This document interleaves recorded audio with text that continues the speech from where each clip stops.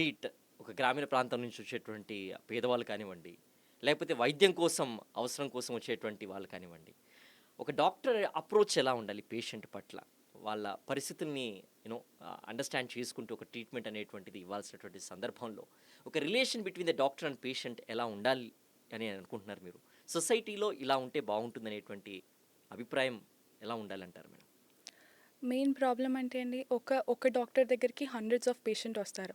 ఆ డాక్టర్‌కి ఆ పేషెంట్‌తో అయ్యే కమ్యూనికేషన్ రిలేషన్‌షిప్ ఒక 1 మినిట్, ఒక్కొక్క at max 5 minutes conversation. But ఆ పేషెంట్ మన దగ్గర రావడానికి వాళ్ళు ఎంతసేపటి నుంచో ప్రిపేర్ అయ్యి ఉంటారు. ఎంతో టైం, ఎంతో మనీ, ఎంతో ఎఫర్ట్స్ పెడతారు. వాళ్ళు ఎప్పటినుంచో మీతో ఏం మాట్లాడాలి, ఏం హ్మ్. చెప్పాలి అని ఎంతో ఆలోచించుకొని అక్కడికొచ్చి ఆ 1 మినిట్‌లో మనకంత చెప్పకపోవచ్చు, మాట్లాడకపోవచ్చు. సో, పే అండ్ డాక్టర్స్‌కి కూడా చాలా ప్రెషర్స్ ఉంటాయి. అంటే వాళ్ళకున్న 1 యాక్చువల్లీ. అవర్‌లో అందరి పేషెంట్స్‌ని చూడాలి. ముందున్న వాళ్ళకి అంత టైమ్ ఇచ్చి, ఎనకాల వాళ్ళు యాక్చువల్లీ. పాపం వెయిట్ చేశారు అని. సో, బ్యాలెన్స్ చేయాల్సినవి చాలా ఉన్నాయి.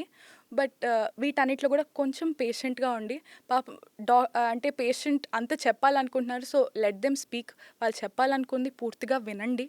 అది విని ఇది యాక్చువల్లీ మా ప్రొఫెసర్ దగ్గర నేర్చుకున్నాను.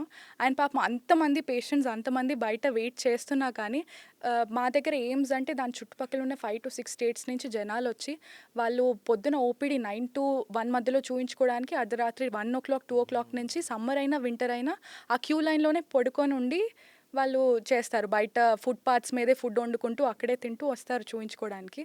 సో, కొంచెం అది కూడా కన్సిడరేట్‌గా ఉంటూ, అది కూడా బ్యాలెన్స్ చేసుకోవాలి.